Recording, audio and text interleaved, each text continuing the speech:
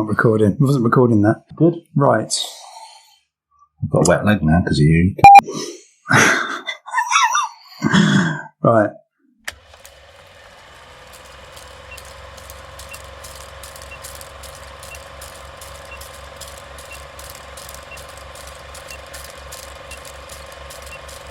Hello, this is the 20th Century Cox podcast. My name is Danny Doom, your host, and I'm with my very good friend and co-host, Gaz Swede, otherwise known as The Swede. All right, Gazza. Afternoon, how you doing? Not bad, boy, yourself? Yes, very pleasant. Very good to hear it. And it is my choice this week, which we announced at the end of last week's podcast. I have chosen the film Outland, the 1981 Sci-Fi. And I know you don't like genres, as you explained on last week's podcast, but IMDb regard this film as an action, crime, sci-fi, western thriller. There you go. Proves my point. Proves my point. They can't put it in one genre because you can't put anything in a box, so you have to have 5 or 6 different descriptions about it. It does kind of back up your point, to be fair. It does. IMDb are very good, faithful like that. It's rated R in the US and 18 in the UK. I thought it was only 15. But it's your rated video R. Box there says 15. It's rated R in the US and 15 in the UK. Oh, sorry, I thought you said 18. Oh, okay, cool. Yeah.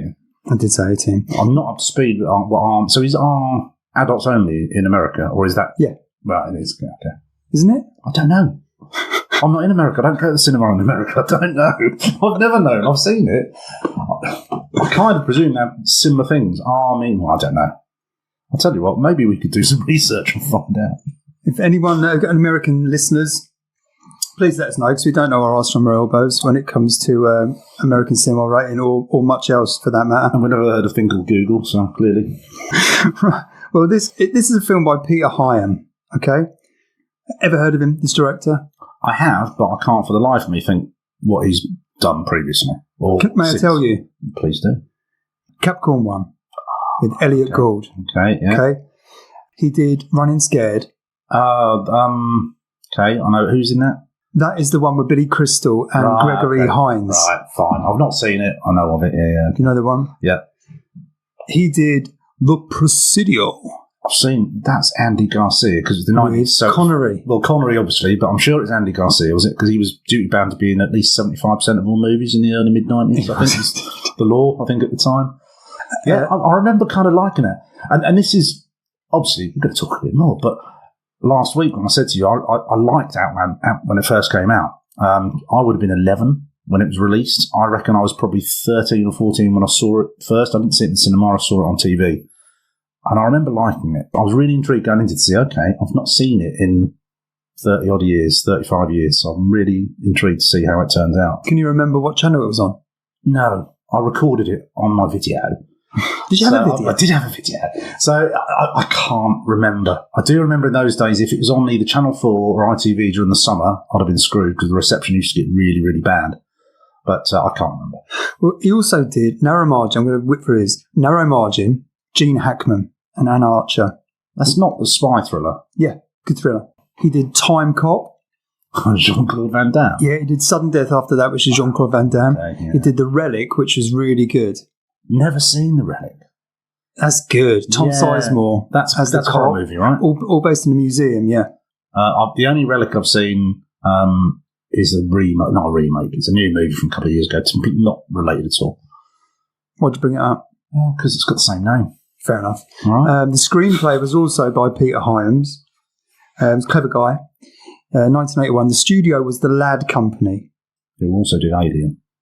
Did they? Yes. Yes, they did.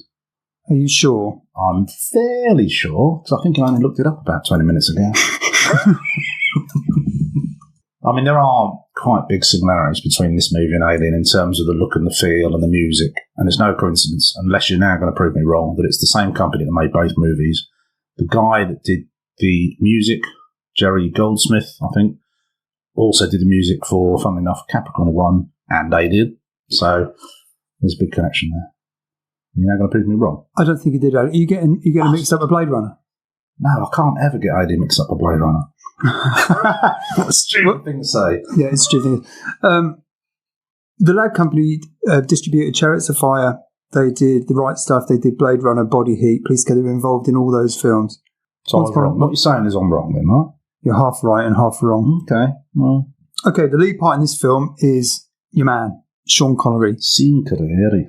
Marshall William T. O'Neill. Now, unlike the film that we reviewed last week, it had the lead part with Franco Potente, but your man that played Manny was co-lead, really. Yeah, they had not as much screen time because she was in it pretty much every single scene. Yeah. He was in a good majority of it, yeah. This film's not like that. Sean's at the forefront. This film barely involves women for a start. So well, I'm going to disagree with that. I'm going to come on to disagree with that strongly. It was filmed at Pinewood. Mm-hmm. Good old Pinewood doing good work. And the score was by Jerry Goldsmith. Got that one right. Now, what has Jerry Goldsmith been involved in? Capricorn and Alien, I just told you. But he's not the lad company, is he? Right, I get you. No, he's not the lad company. That's where I was half right. Yeah. Yeah, I mean, he has had a glittering career involved in so much stuff, this Jerry Goldsmith. LA Confidential, The Edge, Air Force One, a load of Star Trek stuff, Chain Reaction, City Hall, Powder, that cool film Powder. Star Congo. Trek or Star Wars? Star Trek. Same thing. That was all Williams Star Wars, wasn't it? Right back from the mid-50s, this guy's he's had his little sticks out and he's been tinkering the ivories and conducting different bits and bobs. And fair play to him, because I think the score in this is very effective. What do you think is the score in this? Effective? I think it is. I mean, it's not particularly present. It starts off almost a carbon copy of Alien. I mean, the title sequence, one word, Outland, comes across almost like Alien. The look of the movie with the set design and everything, Alien. Music, Alien. Spacesuits, Alien. All right, there's lots, and it's from the same universe. By the way, without being a pedant, I'm on IMDb, and it says production company is the Lad Company. Yeah. So actually, I was 100% right. You can't, not 50% right and wrong. So I just want to get out of the way. So, yeah. Well, the box blurb. We'll go on to talk about how much this film rips off Alien in just a moment, because it just does. But the box blurb says, and we're now going to go over to our friend of the show, Carbon Mike, to read the box blurb. Take it away, Mike. Io, the third moon of Jupiter, has been leased to the Earth-based company Con Amalgamate, for whom the miners have been breaking records in titanium production. The miners go to Io on 1-year contracts, attracted by the big money to be made. They sleep in symmetrically arranged cubicles. Their living quarters are a clinical rabbit warren. The new arrival is O'Neill, the federal marshal from the security service, whose job is to supervise law and order among the 2,000 or so inhabitants. He discovers that an alarming number of miners have been involved in psychotic incidents, attacking both themselves and their colleagues. He begins an investigation with the aid of Dr. Lazarus, the cynical company doctor. O'Neill's wife and son become distressed by the environment of the mining colony and prepare to return to Earth. During his inquiries, the marshal finds a curious lack of cooperation from his deputy, Mentone, and the mine boss, Shepard. Then, his discovery of the terrifying truth behind the crazed attacks makes him the target of hired killers who are prepared to go to any lengths to protect the system. Thank you very much, Carbon Mike. That's quite a good detailed box blurb, don't you think, Gaz? I think it lacks a bit of promotion, if I'm honest. It's not very sensational. It tells you what you need to know. Yeah, it's super descriptive, but it's not very sensational. So even saying in that voice, you kind of think, okay, maybe up the game a bit. But no, it does exactly what it needs to. Well, let's read a review out. And this one's by Vincent Canby. It's not the same guy from last week, then. It's not Trash or whatever his name was. It's not the guy that you took umbrage with from last week, no. Well, he was wrong, clearly. Well, I couldn't find one from him for this film, so obviously he hated it so much that he couldn't bring himself to write even a word on it. Well, when he does write, it's about himself anyway. So. This guy says, Mr. Hyams doesn't pay too much attention to the private lives of his principal characters. Dear Dr. Lazarus has none at all, and Bill O'Neill's wife, Carol, flees from the I.O. quite early in the movie. After 8 years, she's become fed up with living in one spine camp after another and decides to take their son back to Earth, which she's never seen. Because she says he's never even been yeah, and there's a really good bit there when she says basically, right, he reads books about Earth all the time, but he does it in secret. He doesn't want to tell his dad. Doesn't want to upset him. So it's a really painful existence in that way. Never been there. Yeah, that's good, that bit. I think she's a weak character, personally. She's definitely one-dimensional. Yeah. From that time, Carol is no more than a face seen on a television monitor from time to time. The serious business of Outland is Big Bill's decision to fight I.O.'s traffic in dope and bi-direction and by indirection to bring some humanity back to a world made entirely out of synthetics. Mr. Hyams has a good sense not to stress the last point. It goes without saying in the action we see on the screen and in movies like Outland, action is intellect and sensibility as well as an end in itself. And that's Vincent Cambry. He says, it's a space opera. So, action is an intellect. So what does he mean by that? Because I did think one of the main... I mean, there's not lots of action scenes in this if you want to take set pieces or something like that, but one of the big scenes in it I thought was a little bit clunky and kind of repetitive. But so what does he mean by action is an intellect? I think he's made that up. Pretentious then, right? Yeah, pretentious, okay, right. Yeah, or something like that. Well, as you said, the beginning of the film is a blatant Alien rip-off that came out 2 years before. The studios were clamouring to make intelligent sci-fis. Well, like I mean, Alien. the story is that Peter Hyams always wanted to do a Western. He wrote a script effectively, which is in some elements a rip-off of High Noon to some part. We'll talk about it later. But apparently that was then changed because they wanted to cash in on the Alien thing.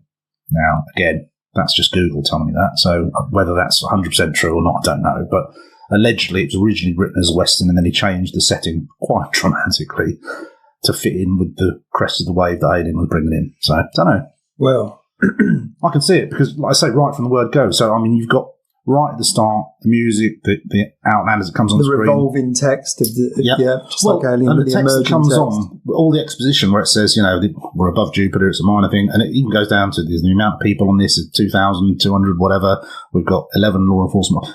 All of that comes up in this teletext stuff, which is completely in Alien. I mean, it's just exactly the same. Yeah. So, yeah, absolutely. And then, as I say, then that opening scene, their spacesuits are exactly the same. They've got those big goldfish bowl helmets with the lights around the perimeter, exactly like they did. Well, just before they move to those engineers, which is like grubby engineers in space, Alien. Yeah. Grubby engineers underwater, the Abyss. The photography of the space station, I thought the artwork photography was really good, actually. Yeah, there's a thing they did, and I can't remember what it's called, Intravision or something like that, where it's the first time where they're able to put on one screen 3 different perspectives. So when people are walking alongside a model, it was like merged in, so it made it look really realistic. I'm not very technical on it, but so I think that helped.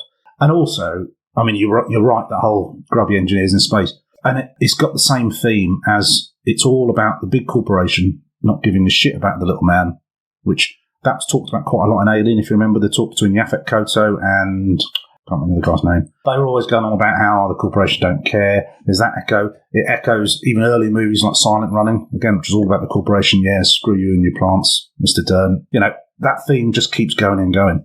And that underpins the movie, obviously. So, yeah. Well, the music is sweeping. It's just like Alien, I know. But Goldsmith, again, does a great job and it really works. I mean, yeah, they are trying to rip it off, but they've got the people in to do the good rip-off. Oh, yeah, I've not got a problem with it. I agree. I think it does work. And I think it's really subtle because what it does give you, it's brooding. That's what it is. It's not overplayed at all, quite the reverse. I mean, I can't think of too much of the movie outside of the opening credits where I even knew there was music, to be fair. Now, there is, because there is in virtually every movie. It was scored entirely the way through, yeah. Yeah, so it clearly works. And I think it adds to the tension. So, yeah. Well, the first scene is these welder guys, and probably the best special effect with Cliff from Cheers, his head exploding. Is that Cliff from Cheers? That's Cliff from Cheers. Okay, cool. Yeah, it's a really strong opening.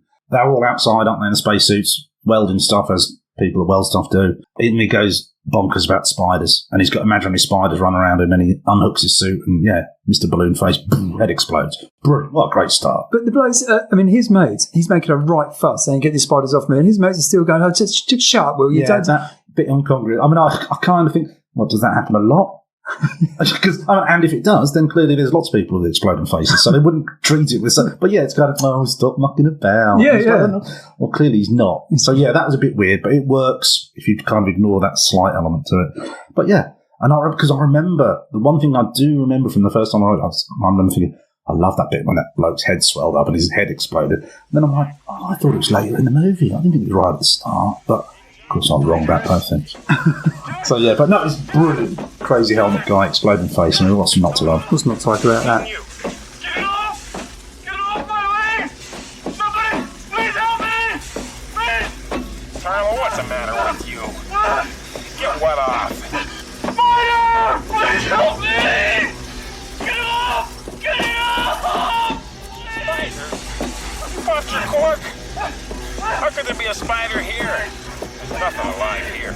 He's putting us on. Get it off! I'll get it off! Very funny. We're not falling for nothing. Cut the garbage and get back to work. Oh God, get inside! Get it out! Get it out! Somebody, please help me! Somebody help me get it out! I gotta open my suit! Get burn it! Ah! God! God, Tom!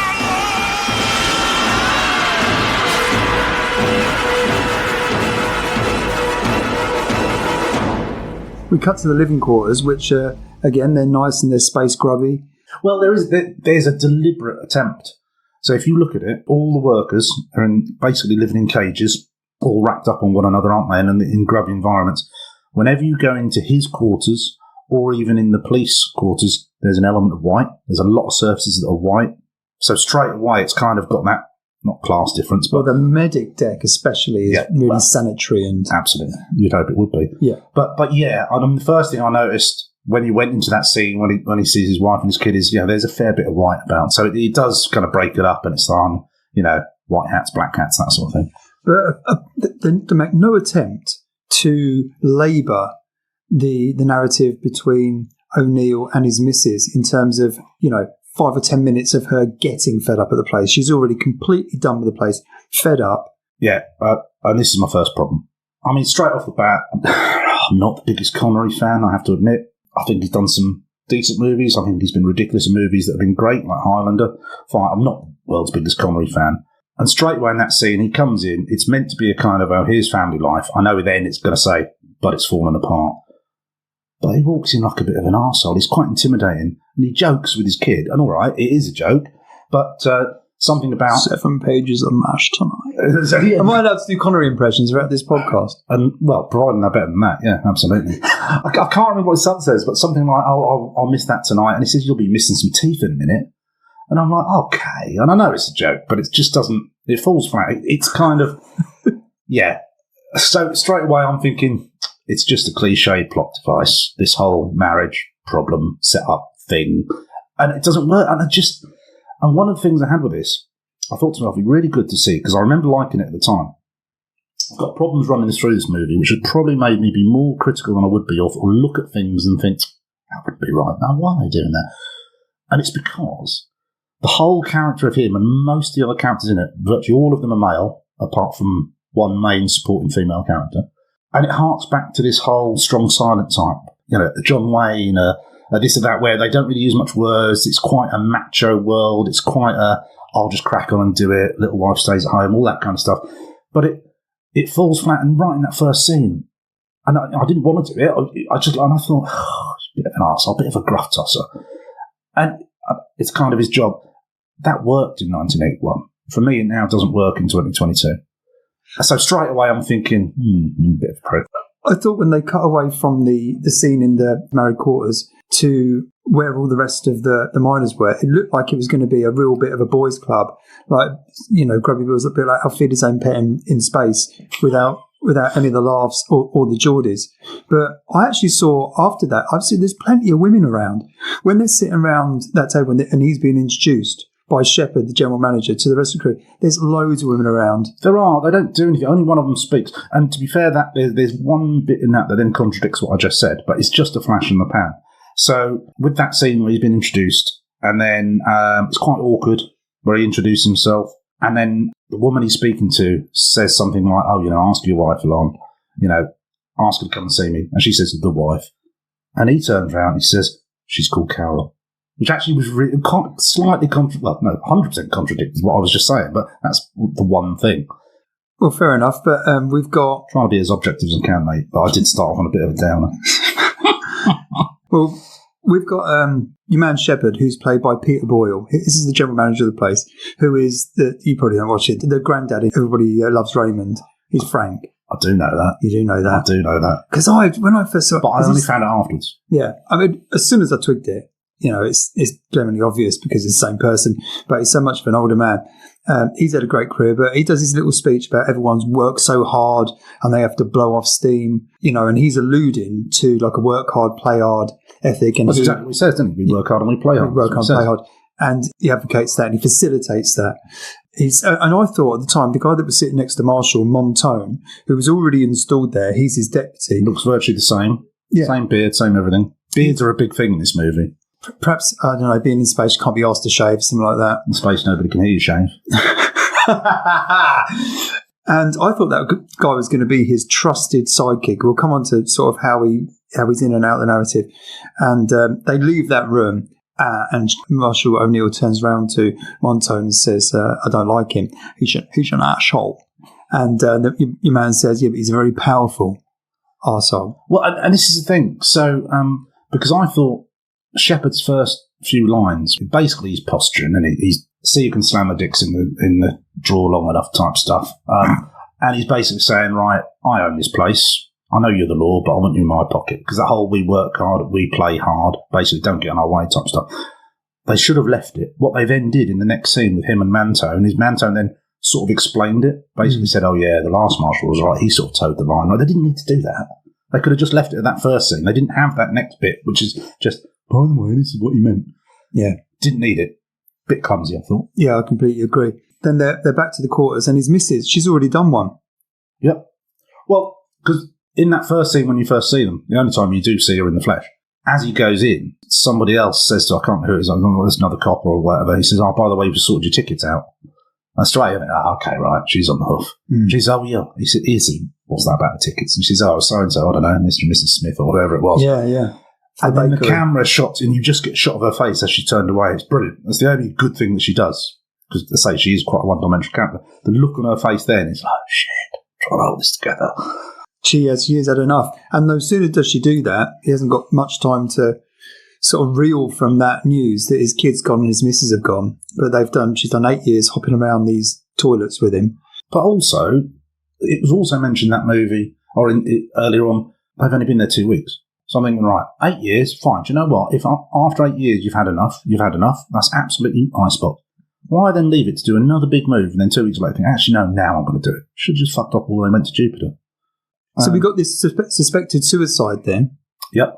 So is that not the first one of the spiders, it's the next scene. The guy goes out in the airlock. Yeah. But again, another nice break, another really visceral scene. So you've already had a bloke head exploding. This one, he goes down the airlock, falls down, doesn't he? Blood and guts everywhere. Because they open the lift, don't they? And opening the lift, I think there is a bit of steam or something. It's like when they open the door in The Fly and they saw all that screwed up orangutan or whatever it was, not orangutan, baboon. Same thing. Guts everywhere. He's very happy to get in that lift, though, isn't he? Well, yeah, because he's off his nut, isn't he? He's absolutely off his nut. Is that the scene where you see him inject himself, or is that a bit later? That's later on. Right, okay. Yeah, that's difficult. That's but that just flashes to this guy that's... Oh, yeah, no, that's right, yeah. Just flashes this guy, and you can see straight away, same sort of thing, saying, hello, we're into space exploding territory, face exploding, rather. And yeah, and he gets in the lift, and don't go in the airlock, and off he hoofs, and then, yeah. They get called into this sort of... Spit it out.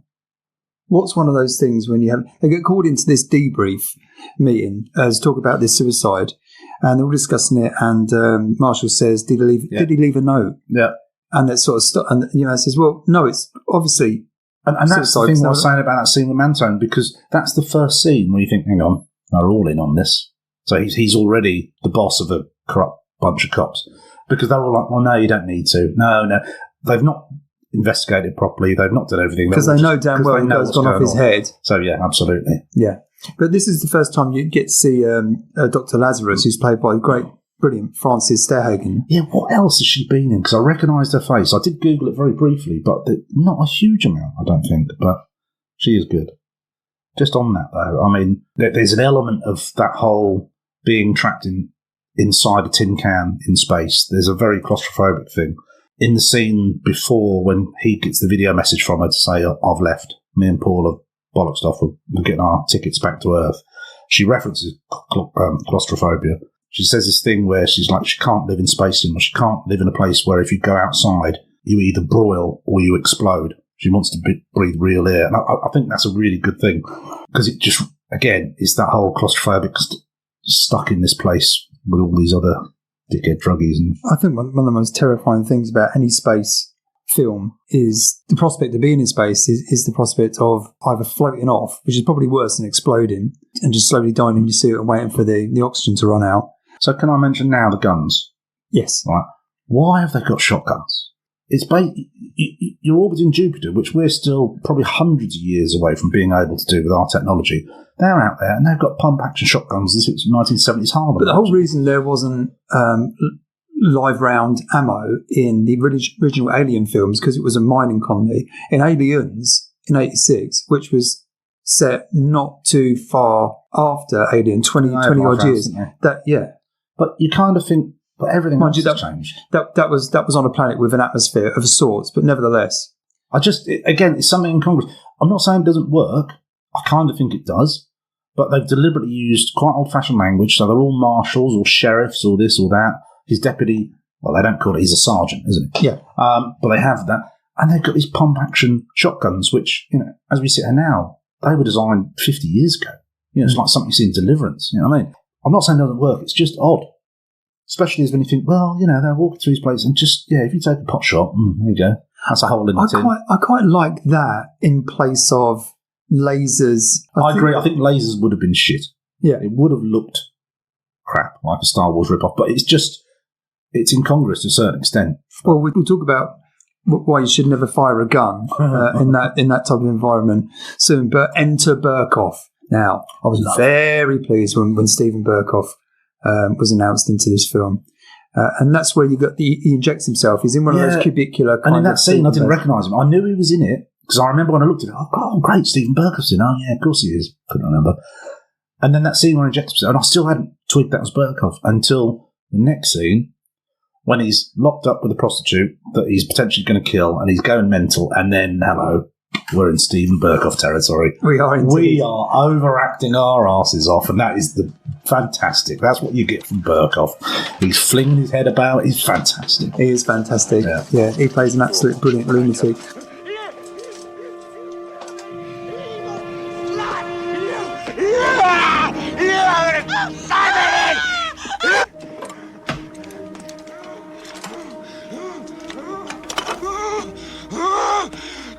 Sagan, can you hear me? I'm going to explain this to you very carefully. I'm going to release the hydraulic pressure on the door locks that will open this door. You cannot keep the door closed. You can't stay in. Why don't you just come out and make it easy? Second that door open, I'm going to kill her! And we have quite a tense scene with Burkoff holding this prostitute hostage, going absolutely mental. And Marshall O'Neill says through the door, look, no one's going to hurt you. You have my word, but you also have my word that if you kill that girl, then I will kill you. I will not rush in. I will not shoot you. I don't want to hurt anybody, including you. Whatever the problem is, we can work it out without hurting anybody. You're going to kill me. No, I'm not. You have my word. You also have my word that if you kill that girl, I will kill you. But he's also got Pantene Pro V to go up through the air duct. So he's got his backup, hasn't he? He's got his backup there. So the moment he opens the door, Pantene drops down. And gives Burkoff no chance at all. Both barrels. Straight to the chest. And then clearly, that's not what Connery wanted. No, sorry, to be fair, it's not what he wanted, and he gives him quite the glare. Yeah, it gives him a real good glare. 5, 4, 3, 2, 1.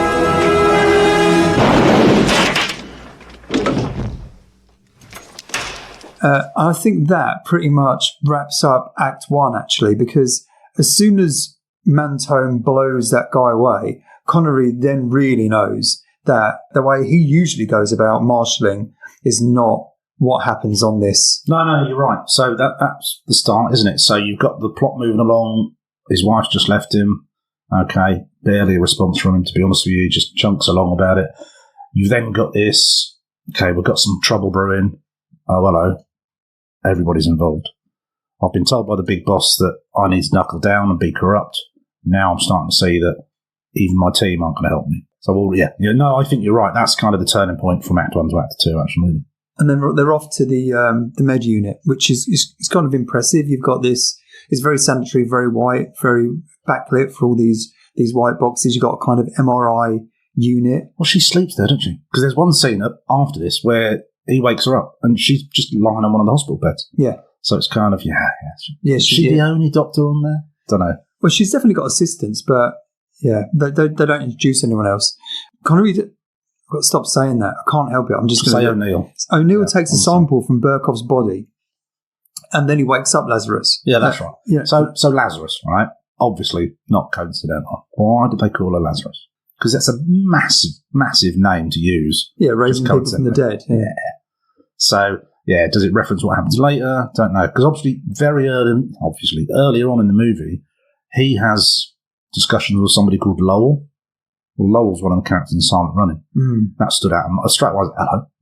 As you know, it's one of my favourite movies. So, I think they're just dropping these little, not Easter eggs. I don't think they had Easter eggs in 1981, did they? But these little things in there. Yeah, these little homages, these little reference points. She is a good character. She's great. She's that kind of cynical, sassy, just down to earth, speaks her mind. Because our first interaction is a bit odd. Because he's really quite aggressive. Yeah, he's quite aggressive.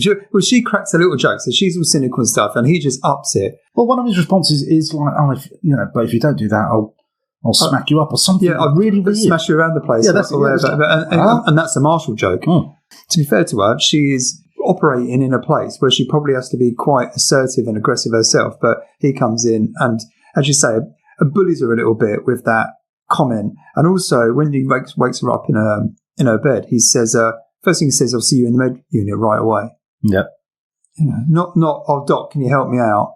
And that's kind of, again, from a character point of view, at least they're keeping it consistent. So he's this very driven, very stoic hero, in inverted commas, because he's meant to be the hero, isn't he? So he's got all this shit going on. His wife's left him. He may or may not ever see his son again, but no, he's not letting any of that worry about it.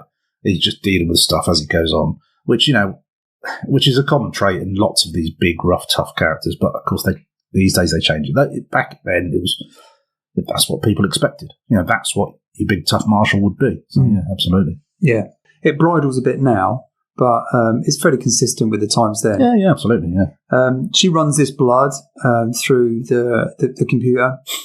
Right. Can I just the computers, the technology? Right. Again. We'll ignore the guns. We both agree the guns work. It's just a bit weird, but that's fine. But this scene, when she runs it through, it's just nonsense, right? You've got these big clunky buttons. You've got these big screens. It all looks right.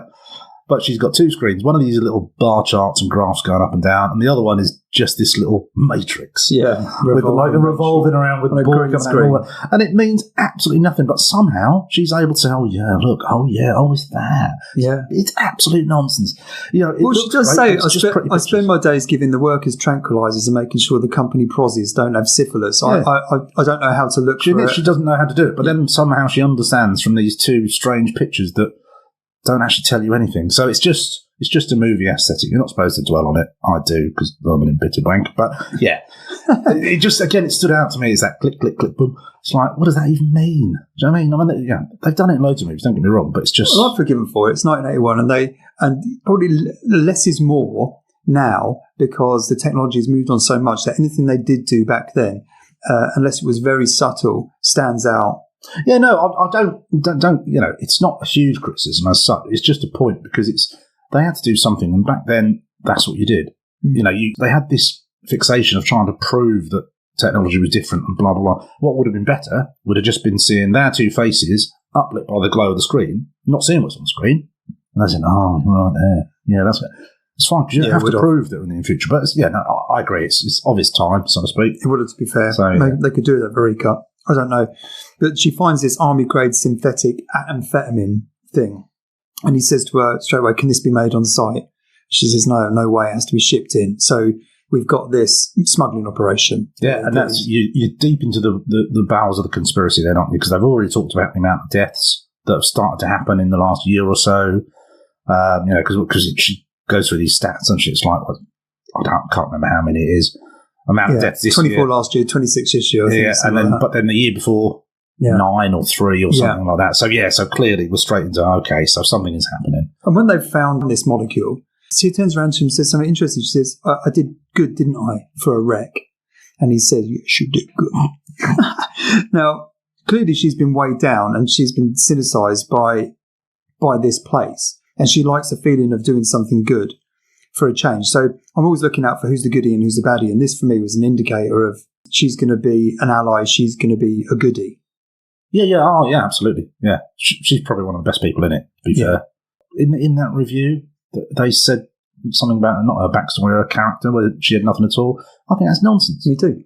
She's got more character than Sean Connery. She's more empathetic. Absolutely.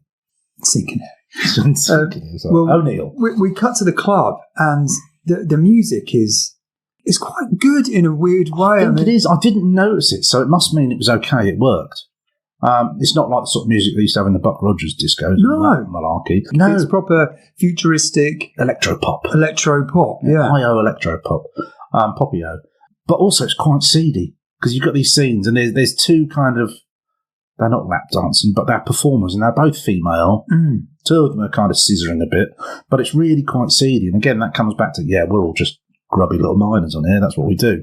Work hard, play hard. Pleased to see a lot of them smoking. Well, yeah, obviously it's 1981. It was still almost healthy, wasn't it? Because Marshall had a no smoking sign up in his court. So did he? I didn't notice that. Yeah, I noticed that. So he kind of surveils this club and sees the general manager, and he sees Montone colluding. So he sort of clocks this. He knows, he thinks at this point... Well, isn't that after? So him and Panten Privé, Montone, whatever his name is, isn't this after the bit where they played racquetball and he basically confronts him and Montone admits, say, yeah, I'm in the pocket. Isn't that no, because he's seen Shepard and Montone having a chat, right. I think, and then he plays Space Squash with Montone, and Montone admits he's looked to pay the other way. Yeah, he's paid to look the other way. Even I got it wrong. I think you'll find it's look to pay the other way. Yeah, exactly. And Connery says, I'm going to bust you. It's, just keep taking your money and look the other way. I don't want you. I want him. So he's got his sights on Shepard, the general manager, and he seems to think that he's the linchpin, and all these other people that are colluding with him are somehow far less guilty. Yeah, and not really a threat to him. And I think that's... Well, it's right. It's the whole cut off the head type approach, isn't it? So you go to the root cause, because actually we know that these are all spineless tossers. So if you get rid of the corruption, there won't be corruption. They won't be part of it. But if it continues, they will be part of it. Yeah. Because they don't think they've got any other option. So then he goes to see Shepard in his office, doesn't he? No, there's before that happens, I believe that isn't there the fight scene, the chase scene? No, it's after that, because he sees Shepard the first time, and then he comes back. Yeah. So you noticed O'Neill's no smoking sign in his office. I did. What's the one thing in Shepard, when he walks in and sees Shepard, what's the one thing that tells you straight away Shepard is a wanker, he's a wrong one? And it doesn't matter whether it was 1981, 91, 2022. There's only one thing that proves you're a wanker. And was it an AHA poster? No, I think that's quite harsh on our Scandinavian friends. He's got a putting machine. He has got a putting machine. Anybody? I've got a putting machine in the cupboard. I know, but you're not in the movies. Anybody in the movies with a putting machine, that denotes that they're a tosser. Simple as that. You tell me a movie when somebody is using a putting machine and it doesn't mean they're a wanker. That's the way it goes. That's it. Yeah, that's a big indicator. Straight away, you know. There you go. He's a wrong one. Yeah, too true. That's a big indicator. You're right. I'm going to get rid of mine. No, you're not in the movies, mate. You're right. Yeah, but I might be in the movies. There's a possibility. So if I might get rid of it now. The bloke says to him, "You've got a big mouth. That's why you're sent from one toilet to the next." So he's got his number straight away. Yep. Sean O'Neill is not making any bones about. He's confronting the situation. He's not sort of skirting around it. He's saying, "Right, this is what I see before me happening, and I'm just going to go straight to the man and tell him, not on my watch, buddy." So, and again, so you can look at that. You can go, right, I mean, there's not a huge amount of people on the space station, whatever you want to call it. What other options would you have? Because that's quite an unsubtle approach, quite an unsubtle approach, isn't it? But it's exactly what used to happen in Westerns. You'd go up and you'd go face to face with somebody, tell them what's going to happen or what you need to happen before you then depart again, and then the shooting starts. So it's exactly the same as what you do in westerns. Not what you do in real life. You'd probably try and infiltrate at a lower level in real life, but exactly the same as westerns. So do you think this is why it had the High Noon in Space tag? No, because of the final act is basically High Noon in Space. Right. So we get through this second act, and then the third act, it is 100% High Noon. Okay, we'll get there. Yeah. We've got this quite brilliant chase and fight scene. I really enjoyed that. Yeah, well, so I found it a little bit repetitive, I have to admit. It was all right. It was quite repetitive. I did like the fact they really, really went to the trouble of all the grunts and groans when it's Connery to do it in his accent.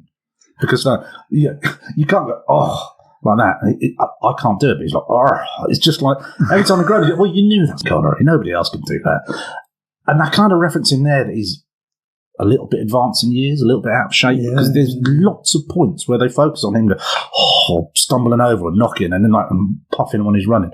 I did find it a little bit repetitive, not that exciting, and a little bit clunky, personally. It just, the same thing happened in 2 or 3 corridors on the way. It's like, okay, you do it once somebody pulls something out in front of you, you stumble over it, it's fine, you do it again, yeah. And it was a little bit repetitive in that, for me, to be fair. And with the tone of the movie, I don't know, I mean, we said earlier, didn't we, that there aren't too many action set pieces in this, which is fine, they don't have to be. So when they do come, I think these were just, maybe could have been done a bit differently. I'm not sure. I don't know how, necessarily, but it's just a standard clunky chase sequence. Oh, that's why I like them. Yeah, I think they could have done it in half the time and it's still That's why I like the them in these movies. I like punches to be sort of deliberately missed, but the guy goes down anyway. That amazing sound that never ever happens if you punch somebody for real. Yeah. I like them to be hit with really heavy things that would absolutely knock you sparko, but you just get up, you just shake your head and get up anyway. That's how I like them. Okay, I'm more subtle than that. Yeah, but that's fine. Well, he gets the better of the bloke, and then he puts him in this wicked cell. This 0 G cell. I mean, that's a bit uncalled for, a 0 I think G it is, cell. because he taunts him as well, doesn't he? Because he says, like, you're going to be there overnight, and by the way, night time. You're a tough guy. Yeah, night time's when it gets you, because when you start losing the feeling in your feet, because you're just floating there horizontally. It's a weird thing to do. It's like, I'm locked up. And the bloke's just floating there, and he's like, yeah, fucking whatever. And it's just, it is a weird thing, because also you think, well, that must take quite a lot of energy, electricity, whatever, to do that. Why don't you just stick him in a box where he's locked up?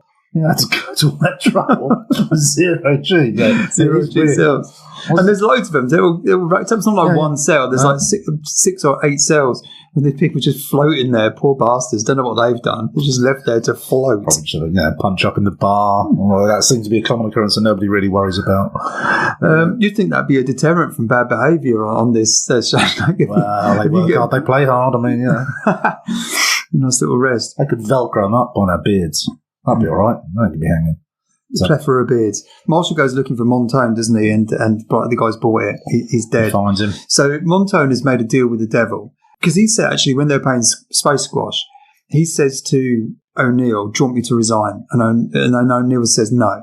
You just carry on doing what you're doing. Carry on taking your money. I don't want you to resign. So this bloke he's a semi-goodie because he's trying to atone. And when he did say, do you want me to resign? I thought, is he going to be like...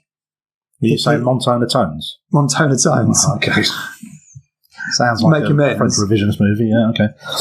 But no. I don't know, I never saw it like that. I saw it like, okay, I've been busted, so do I just bugger off? He's not unlikable, and it is, even though you've known him a tiny space of time, it's quite disappointing. He's in on it as well. Because you don't want him to be, even though he looks exactly the same as Shepard with his beard. You don't want him to be. No. And from that point on, you kind of think, okay, well, now I can't trust you. I think this job does a really good film of introducing... Film does a really good job. You're doing that swapping words around thing. Stop it. What? You just said this job does a really good film. No, I didn't. Well, okay, you can hear it on playback. That's a nice time. I think this film does a really good job. I will hear it on playback, and I'll keep it in the pod as well. I'll be right again. Okay. Keep that in. I think this job does a really good film in introducing characters that you think, it's going to be an ally, it's going to be a goodie, and then perhaps they're not, but we'll... Oh, yes. Yes, it does. Yeah. I like a bit of that. Then we're back to the... beg your pardon. Montone gets, he's been strung up in a locker. By his neck. He comes out of this classic, he opens the locker, dead body falls out. It's been done a million times, but this dead body has got this this cord on his neck, distended tongue, which is attached to the back of the locker. So he only goes out some way, held back by his neck. Yeah. Slightly odd, but yeah, absolutely. Then he goes back to see Shepard again, doesn't he? There's another fight scene, is there not? Now, I thought after that he goes back to see Shepard because the prisoner's dead, his mate's dead, so he confronts Shepard again and basically says, right, I'm going to stop it. And then that's when, because, there is, because he's in the meat locker. Yeah, he's in the meat locker. He finds the drug stash and hanging meat, which is why he goes to see Shepard. Before he finds Montone. Okay. Yeah, that's right. Because he dead works Montone, out, drug stash. Because he works out how smuggling the drugs in with the meat carcasses, aren't Yeah, he? that's it, yeah. That's right. And then some guy comes in to try and stop him. But let me just, on that meat, I just thought... No, he doesn't. That is after Montone. Because the guy tries to strangle him. And he pretends to be dead. Yes, and then the guy does a good play dead bit from him. And then that was good. And then he really brutally smashes against either a cabinet or a carcass. And, you can see the blood splash out. It's, I don't spare the realism in this respect. And then then he stands around and he takes this collar off that he'd been wearing because he knew that he was going to be strangled because he saw Montone, which I thought, I don't know if he needed that. Just the speed at which he went limp and collapsed, you thought everybody knew he was playing dead. Yeah, of course, yeah. A clunky device, but it worked. Yeah. And I was really pleased to see that the crew are eating proper meat as opposed to crushed insect burgers or whatever. Solid green. Yeah. So he goes to Shepard's office again. Shepard this time is turned into an even bigger golf wanker because he's playing a golf simulator in his office. Yes, he is. Yeah, absolutely. I wasn't quite that. But I can't grow a beard, so I can't have one. Yeah, no, absolutely. And because he then tells him that I found your meat, found your PDE, and I've flushed him down the bog, or you just got rid of him. Well, no, he says one's in jail and one's in the didn't he say in the bin? In the bin, and he goes, I'm not sure which. Right, yeah. I can't remember. So he's playing with him. I'm not sure which. I mean, have I done away with your drugs or not? And your man says they have a little back and forth, and your man says, Marshall, you're dead. Yeah, you're a dead man. You're a dead man. Yeah, absolutely. And Marshall says, I hear you. So just always like, bring it on. He didn't say that in Connery's voice, though, did he? So that's right. I hear you. Yeah. Maybe we need to work on the impression tonight. Marshall, you're dead. You hear me? I hear you. Possibly, yeah. I hear you. Yeah, better? Right now. No, not right now. I reckon that sums up Act 2, to be honest with you. I think Act 3 is once Act 2's done and the general manager's decided he's got to then retaliate and properly do something about Marshall. So I think, so you could argue, I guess, whether Act 2 finishes there or whether it finishes just slightly after that with the whole cliffhanger thing before it goes into Act 3, because then Shepard gets on the phone to his corporation boys and says, right, send me over a couple of assassins. That's effectively. It. And then Act 3 is what happens from there. So the setup is, the cat's out of the bag, few people have died, Connery's flushed all the stuff down the bog, and then the drug bloke is saying, right, okay, I'm now going to get some people in, I'm going to sort him out, and he tells him he's going to kill him. Whoosh. Curtains down, end of Act 2. Yes. Because Act 3 then starts, and this is the best one. So this is the part.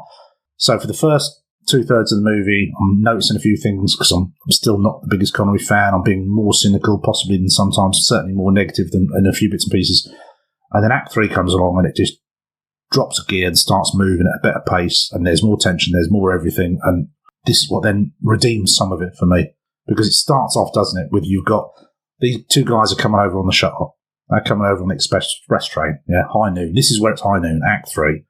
So then it's all about waiting for and having to deal with what's coming in on the train, or the shuttle in this case. No, there's an important bit before that. You're absolutely right, but there's an important bit because Marshall finds the communication from Shepard asking for the assassins. And the bloke that he's asking says to Shepard, if this doesn't work out, then the next guys are going to be coming for you. And he says, yeah, don't worry, it'll work out. And also, another character is introduced at this point, and that is the guy who's the new sergeant. And you didn't watch The Wire, did you? No. But that's the Lester Freeman in The Wire. That's the young Lester Freeman, my favourite character in The Wire. Same actor, right? Okay. Yeah, same actor. I think it might switch to the club or stuff. No, you're right. There's a really good bit in the club because then that is when it's high noon. So we're now into Act 3. Silence at the bar. Because he basically goes in there and for some reason everybody already knows what's happening. Everybody already seems to know that he's a dead man. So he just goes into the bar and he says, who will help me? Will anybody help me? And one guy... No, that's canteen. He goes into the bar and has a drink, and everybody stops, right? Okay, but before then, he asks for help. No, this is afterwards he asks for help. So- Because he goes into the bar, right, and has a drink, and there's the clock of when the shuttle was going to arrive, and that's ticking down. And then he plays space squash on his own, and Dr. Lazarus comes in, and she says, a really cool line, she says, if you're looking for sterling character, you're looking in the wrong place. Yeah, but there is some stuff before that, because he goes into the bar, nobody's talking to him. Literally, it's like the slaughtered lamb in American Werewolf. He walks in the door and everybody stops, just looks at him, and he paces his way all the way up to the bar and orders a drink. And Orders a drink, yeah. And this is Gary Cooper in High Noon. Exactly the same thing. The townsfolk don't want to help him. There is a bit where, because he said no one will stick their neck out for anyone. Somebody says that in the bar or the canteen, whichever one it is. Because he goes into the canteen and he says, I could do with some help. And it's silence. And then a guy says, Yeah, that's you're it, the yeah. police. You're supposed to help us. Yeah. And he goes, where's all your men? He goes, my men. Shit. My men are shit. Yeah.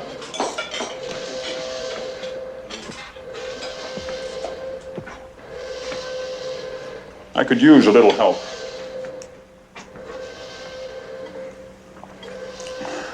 I thought so. You're supposed to protect us. You're the police. It's your job. Where are your men? My man. My men are shit. Because he asks Sergeant, doesn't he? He speaks to Sergeant, or the Sergeant, this guy out of the wire, and he says, how many can I count on? And basically Sergeant says, yeah, nobody. Oh, we're all young. We've got young Well, he families. says, I've got a family. And O'Neill says, I've got a family too. Yeah. Well, you did have, but they fucked off because you were a graph tosser. But yeah, then she sees him on the racquetball court on Space Squash. And then she says that thing, which is completely out of High Noon. She says, you really think you're making a difference? Same thing. They have a conversation where she's trying to say to him, just leave it because you'll die. It's not worth dying for. Yeah. I understand your principles. It's not worth dying for. Do you really think you're going to make that much difference? Blah, blah, blah. She knows it's not going to change. So she says, oh, come on. Let's go get drunk. So then they go, and you don't see him. But she also says, when he explains why he's got to stick around and see it through, she says, your wife is one stupid lady. Yeah, which... And she fancies the shit out of... I know, and it's a crap line, though, because it's just going back to what an amazing hero he is. Well, you know, she's not that stupid. She knows what he's like. Maybe he should change a bit more and then be all right. I'll be running through the meadows in Earth. Someone's got to stop drug smuggling and crime. Somebody has, but it doesn't have to be seeing Connery, does it? And anyway, you know, at the point of, and then you've lost little Paulie, then there you go. You don't have a kid anymore, do you? He's off back to Earth. You ain't going to see him again. So, yeah. I don't know. I think so. Family or drugs? The classic conundrum. Well, family or heroism, maybe. So he sets up these cameras, doesn't he, so he can see who arrives on the next transport. Yeah, you see him setting all those up. Before the arrival does happen, before the countdown to the shuttle does stop, he has another chat with his missus. Well, no, I think because you already start seeing the countdown, and that's what I really like about it. That, you know, that board starts off and it's like 6 days or whatever, 4 days, whatever it is. And it's everywhere. And at times they superimpose it on the screen, but sometimes it isn't. There's a scene where it's in the washroom and they've got the countdown board on the wall in the washroom. Well, why the hell would you want that in the washroom? You know, somebody's washing their ass. Who cares when the next shutter's coming in? Do you know what I mean? But it's in there. It's in there. Yeah, and then he calls her. No, she calls him. She calls him because it's the only slot she could get. Yeah, because the son had to stay up late to be able to speak to him. That's right. Yeah. And she repeats herself the same time as when she left the message last time, saying, oh, it's like the last time. I had everything I want to say, and then as soon as I see you, I can't get the words out, and because you're such a powerful man, you beautiful bloke. And I think it's really poor. But they have this conversation, and then the son comes on, I love you, Daddy. And that is the only time he breaks some emotion. That scene is the only scene where you think, okay, he sort of does care then. He's not this robot. Because just at the end of that conversation where he's saying, yeah, I'll see you, son, see you soon. Because his son asks the thing, it takes a year to go back to Earth. And I've heard they put me to sleep. Yeah, it doesn't hurt. Fine. And then his son goes, that means I'll miss my birthday. And O'Neill says, that's all right, next time I see you, I'll give you 2 birthday presents. And it's at the end of that, and then you can see a bit of a tear in his eye. When you know in his head, he's saying, I'm saying I'll see you soon. I ain't ever going to see you because I'm going to get killed in the next 24 hours. That's the only time he cracks any emotion. So, yeah. That works. Fine. Proper Fair play hero to him. stuff, as far as I'm concerned. Hero Shmiro. So he set up these cameras. He has a chat with his missus. He's preparing for this showdown with these assassins. And I think there's another bar scene, more countdown to shuttle, and also he's stashing guns around the place. And then he goes into the canteen, and then he asks them for backup. That's the My Men ship. That's the My Men ship. Yeah, absolutely. Yeah. And then there's a fairly tense docking scene with him watching the CCTV. Yeah. Well, I mean, it's great, right? Because the tension really has been cranked up then. That's when, as I say, I think the music is motoring along a bit. But, I mean, they do use the clicking sound, don't they, of the shuttlecboard, all that kind of thing. And it is really well done. But then, those 10 minutes or so when they're doing a bit of a montage of him setting things up for the showdown, you've got that constant background of the board, etc., etc. I think it's really good. And they make this massive thing of what happens mechanically when the shuttle arrives. Yeah, they do. And again, I think it's probably atypical at the time. These days, that'd be a lot slicker. But, there's this huge, lots of noise, lots of sound effects when this huge platforms come rising up so the shuttle can land, and then you see the shuttle. And the blinking lights from the shuttle as it comes down. I'm sure they've done that somewhere else. That looked quite familiar. It was very good, because initially you didn't see anything apart from a little flare, and then you saw these blinking lights, and all of a sudden this bloody great square thing comes hurtling, slowly comes towards you on the screen. It's really good. It's just, did you have to go to that much effort for something so mechanical? Was it kind of, again, going back to the clunky buttons and silly visuals, was it just that we have to demonstrate this is in the future? But yeah, or was it detract? It's just the culmination of this tense scene, right? Like, here it is. But they laboured it a bit, but it was quite good. It was. And again, if you look at it, so you've got the shuttle slowly coming in, you've got all the steam, whatever you would call it, steam, in space. Yeah. If you think, in high noon, when the train comes in, what's the first thing as it pulls in slowly? You've got all the steam at the front. Same thing, just from a different angle and a few million miles away. It works because it keeps going. And then even after that, when it lands, and he's sitting there with all his surveillance cameras, seeing people file off, and the first thing you see is all this long row of people, and you can see him looking through, thinking, which one is it? And you're doing the same as the viewer. You think, which one is it? Because they're not going to have a badge on. They're not going to dress in black or anything like that. It's really good. It's really good because the tension then is it cranked up even more. You're thinking, who is it?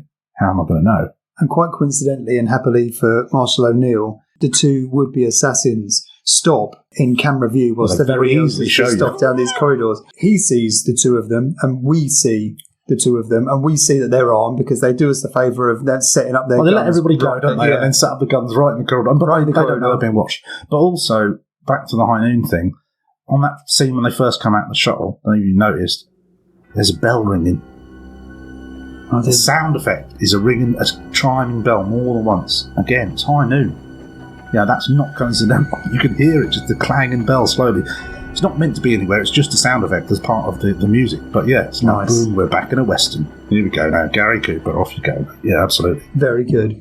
Well observed, mate, well observed. And one of those killers, I didn't recognise the other one. The other guy, one with the tash, T.H. Moriarty, who's in Lock, Stock, and he was in The Long Good Friday. Lock, Stock! Yeah. Of course he's the guy from Lock, Stock, man. Yeah, it's Harry. Harry. He always plays a dodgy villain, doesn't he? Yeah. Because straight away, hello? That's what and that's him. I don't know the other guy. Yeah, well get the guns ready and away they go. So Marshall O'Neill was stalking but by then it's a cat and mouse type thing. So they're on the lookout for him. They've been kind of told, I guess, where to locate him. It doesn't take the two of these guys, didn't take Harry from Lock, Stock and Marshall O'Neill too much of a long time to come across each other in the canteen. Well, no, because he goes in the canteen, doesn't he? And Lock, Stock bloke is above, and he shoots through, doesn't he, and gets him in the arm and hurts him. And also, the whole thing is, canteen's deserted. Yeah, do you know why? Everybody else is pissed off. They've all locked their shutters. They're staying indoors out of Dodge City. Well, I don't know, because later on we go to the club pub and it's buzzing. I think everybody's just in the pub. Well, maybe they are. Maybe they'll get pissed. At this point, yeah. I don't think they're giving too much. You part of you thinks, has it gone around the ship that this is going to happen? And as you say, people just staying indoors. But then there is this pub scene. Anyway, they have a little bit of a gunfight. He's a bit wounded and schleps off and comes across Dr. Lazarus again. Well, before that, you've got a scene where, I think after he's been wounded, so you've got this cat and mouse thing going on, and then you go back to his surveillance room with all the screens going, and you can see somebody standing there. Yeah. Oh, no, shit. He's rumbled. Now, as it turns out, It's her. She came back to help him, didn't she? Yeah, she did. She's so we his Clementine. know by now, yeah, she's the goodie. She's the one that's going to help him up. So we've got gunmen stalking around, and she insists on trying to help him. He tries to do the hero thing and say, just stay out of it. And she says something strange. She says, don't get maudlin. Yeah, because he realises that she's not going to stay out of it. And there's this brief moment where it looks like he's going to say, oh, you're the best, or that's amazing, or something like that. And she's like, cut through the shit, we've got some stuff to do. Yeah. That's basically where I think that's where that comes from. I think you're absolutely right. And I think that's this Canby guy that wrote the review that we read out. He misses this aspect of her character, this development of her character altogether. Maybe him and Peter Trash live together. Yeah, perhaps they do. We'll look these guys up. We'll see what they say next time if we can find perhaps them. They've got... they're not in hiding. Yeah, perhaps they're in an Hard tribute band together. By the way, just in case these two guys get dead, we apologise. Well, I don't know if they're still alive. It's quite a while ago. I don't know you don't have to apologise to every dead person. No, I know, but I don't like offending people who are dead. People that are alive? No, that's fine. Fair game. The same as you with Aha, for Christ's sakes. Don't know what your problem is. I like Aha. He says to her, okay, if you want to help out, what you can do is you can seal the access corridors and lead them into section C5. C5, because he's going to go out in space. Yep. So she's going to herd them one way, sheepdog style. He's going to go out in space, catch them the other, and somehow, I don't know whether we know he's got a plan in mind, or at least he's just going to find them there and deal with them. So he gets his suit on. And Hyams puts a couple of jump scares in these sequences. Yep. Yeah, it's fairly tense. A couple of jump scares. Marshall suits up.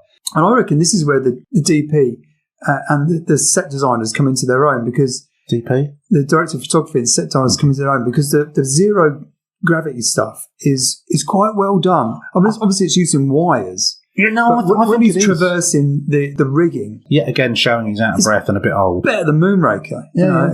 Well, there's lots of things that are better than Moonraker, to be fair. Pineapple on pizza is better than Moonraker. Yeah, but pineapple on pizza is better than a lot of things.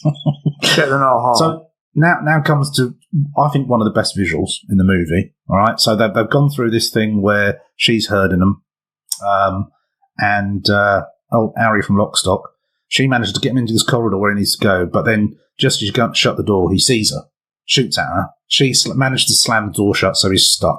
So he goes down the corridor. And then you've got this brilliant scene where you've got the corridor in space.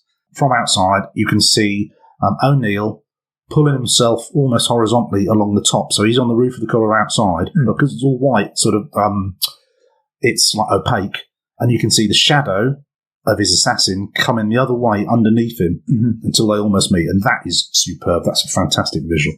A really good set piece. Yeah. He set this charge, hasn't he? Yeah. He set a charge. The plans work perfectly. Without her, right? So this is what got me a little bit about how quick this action scene sort of took place. She says, I want to help you. He says, no, don't. She says, go on, I really do want to help you. I'm not going away. He says, all right then, lock him in C5. What? So if she hadn't have done that, he wouldn't have done it. Yeah, how would he have done it? That's right. Yeah. So don't question Connery, mate. Yeah, well, no. So the charge goes off, and Harry from Lockstock is blown out. Head explodes. And that's the exploding head that I remember. I couldn't remember the first one. That's the one that I remember because that's well into the film. But again, exactly brilliant. I love an exploding head. Brilliant. 2 good exploding heads in this film. Yeah, absolutely. I mean, that's that should be on the poster. Yeah, how many exploding heads would you give this film? Just all you say. Don't go into detail and tell us what's going to happen. Just say it's 2 exploding heads. Yeah, I'd watch it. Yeah, me too. Yeah, in a flash. Yeah. Now he comes across the second assassin. Well, he does, but then there's a scene cut back to Lazarus. She's in the surveillance room, and then guess who shows up? Your mate, the sergeant. Yeah, Lester from... Hurrah! Yeah. He's had a change of mind. He's going to help out because he says, what can I do to help? Yeah, he says, fantastic. And she says, well, he's somewhere. And he goes, yeah, but where is he? But brilliant. Where? And I think, wicked. Hooray, so Lester's come back. Yeah. Ballard, his name is, in the thing. Yeah, Ballard's come back and he's going to help out. So we think now... I'm not sure what his plan was with the second one. I think it's happy coincidence that he goes into the greenhouse. This is the thing, because he's obviously, Connery's armed to the teeth. He's got an arsenal in this place. These guys have got off this transport. I mean, yeah, they can bring contraband and stuff like that because there's no checks. Doesn't seem to be any security anywhere. Rifles in because this guy in the greenhouse has got like a sniper rifle version of it. But they've only got one big rifle each. That's all they need. Our professionals. They don't think. They don't think O'Neill's much of a challenge. To be fair, yeah, clearly. They're cocksure, aren't they? One's already dead. He's about to go to the East End, and then and this guy's in the greenhouse again. For me, design similar, if not thing, but Big Echo's a silent runner. He's in a greenhouse. There's not many movies with greenhouses in space. Yeah. He's in the greenhouse. She says he's in the greenhouse, which I think while Ballard is there. And then there's this whole scene, and Connery's still outside. This guy's looking around. He keeps going through his sights, and he's focusing around, and you see that through the view of the sights, which is quite good, actually. You can hear it ticking away as it calibrates up and down and all this kind of stuff. He knows Connery is outside, so he's looking outside. Does he? Do you think he does? Well, otherwise, why would he be absolutely fixated on looking outside? Well, does he know just looking across the greenhouse? I don't think he does, because if he's looking outside, why would you think, oh, I know, I'll shoot outside? You wouldn't do it, would you? I think he thinks he must be around somewhere, so he's just having a look. Well, I don't know. And so Connery is busy upstairs dislodging one of these panels, this big panel. which you can see the guy down below, which you then just beautiful shot, expertly, just not a shot as in a camera shot, but Connery just hoists this panel off, and it revolves and revolves right down this guy's sight of vision, right in his crosshairs. And then you see through the lens, don't you, through the crosshairs, and you look around and he sees this movement, and it's instinctive, and he thinks, oh, fuck, I'll shoot that. Because he does. I'll shoot that. That's what they say. That's a technical term for all snipers and criminals, to be fair. That's how they simulate. Yeah. And then, of course, as soon as he pulls the trigger, and shit, puts a bit of a hole in the glass. And then what that does, quite distressing for you. He fires a high-powered rifle at glass but in space. That's instinct. The man's an imbecile. Well, but this is I know, I'm not disagreeing. I mean, personally, I think, hired killers are probably not as brilliant members of society, in all fairness, but that's what I'm saying. But if you're in a greenhouse in space, and you're an assassin, you put your rifle away and get out your bloody samurai sword or whatever, don't you? Well, you would, or something like that. But this is my point about high-powered rifles anywhere in space. It's bloody idiots. No projectiles. But it works. No, it works. And then, apologies to all you Silent Run fans, but then it fucks up the greenhouse. All the plants go into space again. It's like Huey, Dewey and Louie all over. Sucks off this bloke into space, which is what a way to go. He just gets pulled through amongst all the plants. Second one dead. Happy days. Connery's got rid of his killers. He's got rid of his killers. What a result. I mean, this is good news, because we think that both the assassins are dead. We've had Dr. Lazarus that has helped out. And then it cuts to Ballard, Lester from The Wire, spacesuited up. It does. And then all of a sudden you think, you fucker. You're not a goodie at all. You're a double-crossed baddie. him. You double-crossed him. I was thinking to myself, but why? Why are you a baddie? Are you earning so much cash out of this smuggling operation? Are you that much of a big wheel in the smuggling operation that you're now going to commit murder to a company marshal? Are you that much protected? Yeah, you are. And that's the thing. He's inherited Montaigne's crown, hasn't he? He's now the next sergeant. Because there's a bit earlier on, isn't it? Actually, I haven't thought about it until now. There's a bit earlier on where he says to Ballard, you're a sergeant, why aren't you wearing your stripes? And he says, that's only been a couple of days after Montaigne died. And, I thought, this is just put them on now. It says it exactly like that, actually. Yeah. But actually thinking about it now, that's probably why, isn't it? Doesn't want to do that. No, it doesn't want to come out so obvious. But that's even more confusing, because it's not like he's going to be promoted to marshal, because Montaigne wasn't promoted to marshal. If he does kill the marshal and Shepard says to him, oh, nice one, mate, you've got rid of this knob for us, then surely they're going to get another marshal. Yeah, they'll just get another lackey, I guess, yeah, I don't know. I thought that the script writing and the narrative around this point had holes in it. Well, yeah, I think, in the hierarchical structure of the police force in space, I guess it's kind of not the point. But, yeah, you're right. It's not relevant. Didn't trouble me. But well, there's a good fight scene between the both of them. And again, that is, going back to the whole thing in space, that's really well done. Because it's like, how realistic can a punch up in space be? Because you can't really land too much force. And they do it quite slowly. And it is really well done. And it's still tense. And they're basically mainly grappling. So there's none of these punches and this and you can't kung fu kick in space, for Christ's sake. And they grapple until eventually he manages to grab the air pipe, break it off, and that's it. Ballard's gone. And did you notice the sound effect as he died? No. It's brilliant. It's a wonderful sound effect. He gives off this Chewbacca type. Just as the pipe goes in, and not quite like that. But yeah, just as the pipe goes, it's a brilliant sound effect, which does sound like somebody shouting, "Oh shit!" in space with everything else coming in, and brilliant. It really worked. And then he just floats off. Oh shit! Bounces on. I'm dead. Yeah, exactly. So no, that's brilliant. When he pulls the plug on him, that's absolutely fantastic. Well, so what he's done now is he's seen off these two would-be assassins. he's seen off the Ballard turned rogue, who he thought, perhaps wouldn't try and attack him and would be either someone in the background that would do nothing or possibly an ally. I don't think he thought about him, did he? He'd written him off. Because he said, I'm not going to get involved, mate. But this is where it goes back to the bar scene in the club, and everyone's having a beer. Yeah. They're just drinking they're smoking, having a beer, having a fine time. Well, the general populace aren't going to be bothered, are they? Doesn't matter who won or lost, they're not going to be bothered either way, because they're not the ones that are going to be affected by it. So, now that Marshall O'Neill has won, effectively, all right, so next what's going to happen? Shepard's going to get killed. We've still got a job. We don't have to take so much dodgy acid that'll kill us in 12 months' time, because we'll go psycho. Everyone's a winner. Let's have a beer. Cheers. Well, he sees Shepard, doesn't he? Sitting at the table in the corner. Well, what does he say? Because he says something, doesn't he? He says, fuck it. No. He says something before that. Oh. I think he's talking to himself, because he's gone a bit mental by now. I think he says, should I?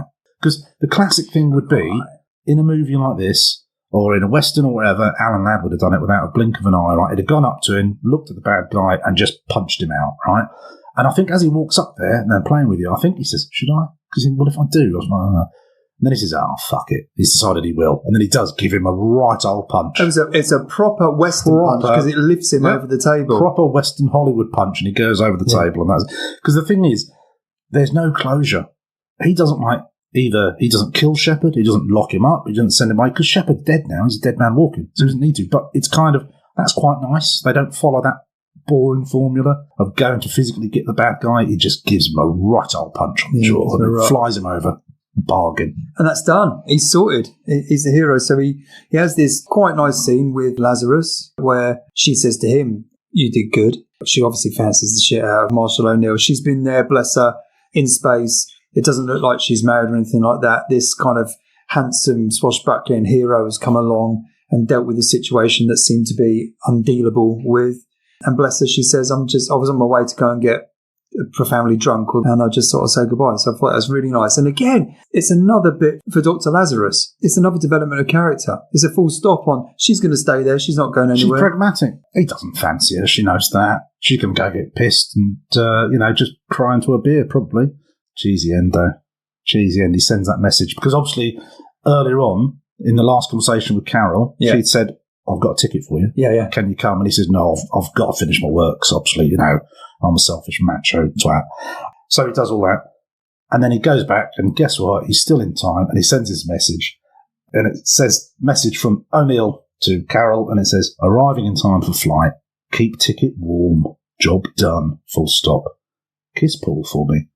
Looking forward to sleeping with you for a year. What a slimy turd. Honestly, that's just the whole thing there. Job done. Aren't I brilliant? Aren't I a really important man? Job done. And, by the way, I'll have to mention that I think you're attractive, so I'm just going to say I'm sleeping with you for a year. I know, yes, it's a bit of a cheesy end, to be fair. It's a Bond line. It's a Bond line? What's a Bond line? It's a Bond line from the end of a Bond film. It's a classic Bond line. It is a bit, yeah, right. It's like your man Pierce Brosnan saying to the Bond girl that's called Christmas at the end of whatever film that was. I didn't know Christmas came twice a year. The best Bond line is in Moonraker, funnily enough, when he's stuck out up in that lunar module, whatever it is, isn't he? And his boss is trying to get hold of him. And he says, sorry, can go. I think he's just re-entering, sir. Yeah. Brilliant. Well, the established Moonraker is the worst one. Well, so other films that come out, that's the end of the film. I really liked it. Other films that come out in 81, and I shan't go for genre because I don't want to upset you. Yeah, well, you don't want to upset me. You'll just be incredibly foolish and wrong, so that's fine. I don't want to do that either. No, don't do that. Too much of that. You've already done that. Do you know what else? It's a habit. Do you know what else came out that year? Another film that we both really like.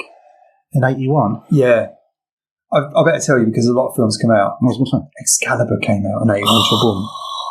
That came out in 81. Escape from New York came out in 81. Raiders, Clash of the Titans, Escape to Victory. One of the most amazing films in the world ever. Was Time Bandits out in that year? Time Bandits was filmed at the same time as Outland. Because during the film of Outland, because it was at Pinewood Studios, and they didn't have to do this, they let Connery have a day off from filming so he could go and do a cameo in Time Bandits because it was just across the lot. Because he was the Agamemnon in Time Bandits. Apparently Connery lost a huge extended part in Chariots of Fire because of... Was he still... I've never seen Chariots of Fire. Was he in it in the first place? Don't know. Because I read that. They'd lost an extended cameo role, so maybe just lost the whole I watched role. it once when I was a kid and it bored me. Yeah, I've never been bothered with that. Arthur came out this year, but the classic with Dudley Moore. I must have watched that film about 10 times. That's a good film. The Evil Dead came out in that year. It's a good year. Stripes with Bill Murray came out in that year. Yeah. So it was a good year, really, a good year for films. This film was $16 million to make, took 3 on the opening weekend, and grossed 17 overall. Yeah, so not much money. So what did you say about cult classics to me earlier? But, well, no, it's not necessarily about the money, but I mean, it obviously connected. What it is films that weren't necessarily huge successes, but have gained a very popular following since. Is my opinion of a cult classic. So there you go. Yeah, they're not that falls towards that. It wasn't a huge success. I think that's fair enough. It's fair enough. You can tell. I mean, at 16 million, I'm not too sure how much other films that we've just mentioned in that list cost to make at the time. I'm not sure if 16 million was a big budget at the time, but there didn't seem much cheapness in that film. It was... No, I thought it was really well done. I thought it looked really good. Everything worked on it. You can critique the big buttons and the stupid displays, but it still worked. So, which other actors do you think of that time could have played Marshall William T. O'Neill better than Connery? Well, I know who was approached. I actually think there could be a lot of people that could have played him better or as well as, because I don't necessarily think... I mean, they were lucky to get Connery. The only reason why they were pleased about it is because he was still a big name. So, fair enough. But I don't necessarily think he does anything amazing that no other actor could do in it. Me too. Gene Hackman?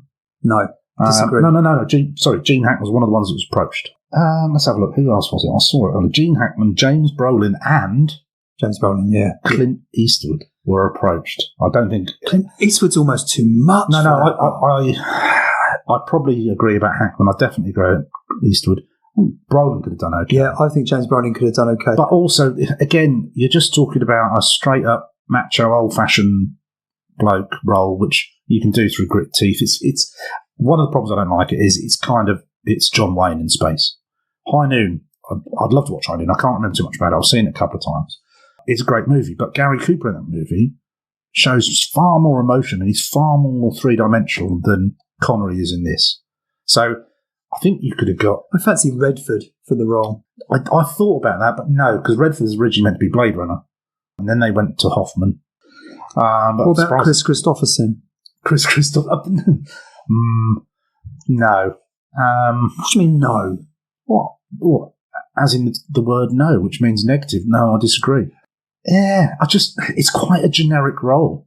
So in a way, it sort of doesn't matter, really. I thought Redford in that role would have taken away all the machismo bits that you found quite grating and out of order. Yeah. Redford's a good shout for those reasons. He wouldn't do that thing. And it's a bit like Brubaker. The role itself is a bit like his role in Brubaker. Yeah, but he's more. Yeah, he's thinking man's crumpet, isn't he? That's what he is. But I don't. And then that's one of the problems with it. It's John Wayne in space. I don't like it. Which is why I like Chris Christopherson for it. No, he'd do the same thing. Yeah, I know. Yeah, so it'd be the same thing. So you might as well have Connery or whoever. It won't make any difference. Fair enough. Which piece of memorabilia would you have from the film if you could have of it? I would have the jacket he wore right at the end. He wore a lovely blue bomber jacket. He did. I think it was still police, which I was kind of thinking, well, now he's leaving to go with his wife and kid back to Earth. He's kind of killed a few people and punched a bloke with a beard in a bar. So has he been sacked or what? But he's still wearing all the police clobber. But I like that blue bomber jacket. I'd have that. I'd have the putty machine. Well, you would do because you're anchor. No, I wouldn't. I wouldn't have. No, I don't think there's much worth having in this film, to be honest with you. Do you know what I'd have? I'd have the meat. You'd just have a whole carcass, a room full of carcasses. Yeah, keep me in steaks for a while. I'd have the meat. Best female performance. There's only one. Of course there is. It's Lazarus. Of course it's absolute. Yeah, and she was really good. The best male performance. You first. Yeah, Burkoff, man. You see, had it not been for what I found out, I would have said Burkoff. What'd you find out? But it's going to be Shepard. It's Peter Boyle. All right? Oh, yeah. Because I thought, he worked in the movie right from the word go. Yeah. He was a bad guy. But solely on the fact that I only realised it's the same guy that played Frankenstein in Mel Brooks. Yeah. Well, I didn't know. But he's huge. He doesn't look like a tall man in the movie. Because he's mostly hunched up or whatever. He doesn't look... But yeah, it's Frankenstein. So just on that alone, I can't ever not. So you're basing your best male performance on a role that the performer in the movie did in another movie. Yeah, absolutely. Right. Absolutely. Right, no rules. Fair enough. You're allowed. No, absolutely. No, I mean, I did like Burkoff, but no. It's best scene. Best scene I've already told you. It's the one where he's climbing on the corridor outside, and you've got the Mr. Harry, whatever his face was, Lockstock, walking underneath. That's beautiful. That's the best scene for me. Okay, yeah, it's really good. Yeah, I think I'm going to err towards Burkoff again. And I really like that actor anyway. He's never boring. Never, even when he completely overacted and hammed it up in the craze, he was never boring. No, absolutely. I don't mind it when he. It's the same as Pacino. I mean, he doesn't do it so much now, but when he used to ham it up all the time, it was still not boring. Yeah. So it was all right. Yeah, it's all right. Yeah. Best special effect: Cliff from Cheers, head exploding, or Lockstock's head. Either one. Yeah. The head exploding is brilliant because you can see the eyeballs bulging out as well. And seeing as that stayed with me for 35 years, 100%, definitely. I love an exploding head. The best line from the film. Best line. I don't know because half the best lines are stolen from High Noon. You might agree with me when I say, "Where are your men?" Oh shit, my men. My men are shit. Yeah, I probably do actually. I know it's a bit weak, but yeah, I probably do. There's not so many memorable lines, and I was looking out for them as well. I thought Lazarus might have, and she does have a couple of good lines. But yeah, it's not that sort of, again, because it's that whole rough, tough bloke that says bugger all. So it isn't. No, it's not like Hell Comes to Frogtown when it's all cheesy lines and all this kind of stuff. So no, absolutely. Yeah, no, I'll go with that because my men are shit. Yeah, that's as close as I come to it. My men are shit. There you go. Is that all right? Is that good? No, it's still bad. But my men are shit. You get better, isn't it, as I go along? No, because it's one of those impressions that's basically an impression of an impression rather than an impression of somebody. It's like that's what Mike Yarwood did for years. Right. So, well, we're going to do. But my choice week after next is going to be Pushy. I didn't know you did judo. So get ready for more. How many yarps, Gaz, are you giving this film? Right, I've got a problem now. No, you haven't. I've got a problem now. There's 1 to 5 yarps, and you can give halves. No, you didn't let me give half last time. No, I did. I said halves are allowed. Are halves allowed? Okay, because otherwise halves not allowed. Very contradictory with your hard talk. Fine, if you're allowed half yarps, that's fine. Otherwise, I was got to move to 10 because it's not a 5. I can't give it a 4. No, based on the fact that you really liked Run Lola Run last week, but you could only give it 4, so it's not a 4. Giving it 3 is harsh, I think. I'm giving it a 3.5. I'm giving it 3.5 yarps as well. 3.5, so not 3.5 then. Yeah, 3.5. You have to change that, right? Okay, it's a space film. You've got to go with the decimals. Oh, okay. That's the reason, right? Okay. So if we're doing a Victorian film, we could do a 3.25 then. Yeah, we can do. Yeah, 3 and 2 thirds. Yeah. Fine. Right. Well, that's it for Outland. Just before Gaz, my good friend and co-host, otherwise known as the Swede, gives us the film he wants us to review next time out. Our YouTube channel is 20th Century Cox. Our Twitter is Cox Movie Pod, and you can email us at coxpod.20@gmail.com. YouTube 20th Century Cox, Twitter Cox Movie Pod, and email coxpod.20@gmail.com. Get in touch with us, and I will put out the movie that we're going to do next week, the trailer of it, and everything like that on Twitter. And if you've got any comments or review, we might read them out on the podcast. Gaz, what is your film for next time out? I really, really struggle with this. I've got so many thoughts. Can I do this? I'm going to go for, I think it was 88 or 87. And it's the film. You ready? Here come the pain! Near Dark. Never heard of it. Wonderful. Have you never heard of it? I've never heard of Near Dark. Superb. Give us one. Who's the lead? It's got that, so, connection to Alien. So, is it Lars Henriksen? Yeah. Lars Henriksen? He's in it. Lars Henriksen? Yeah, I'm pretty sure he's in it. Yeah, he is. Okay. Right, that is Near Dark. Next time out. Do you want to know the basic plot? Or are you just going to Google it? Yeah, cool. Because everybody else knows Near Dark, so God knows how you don't know it. I mean, head in the sand stuff. But, we'll see. We'll see. All right, nice one, Gaz. I'll catch up with you next time. But for now, cock-a-doodle-doo, mate. Is that it? Cock-a-doodle-doo? Is that the outro? Cock-a-doodle-doo. Brilliant. Right, well, thank you very much, Dan. All right, see you later. Cheers, mate. It's all right. See ya.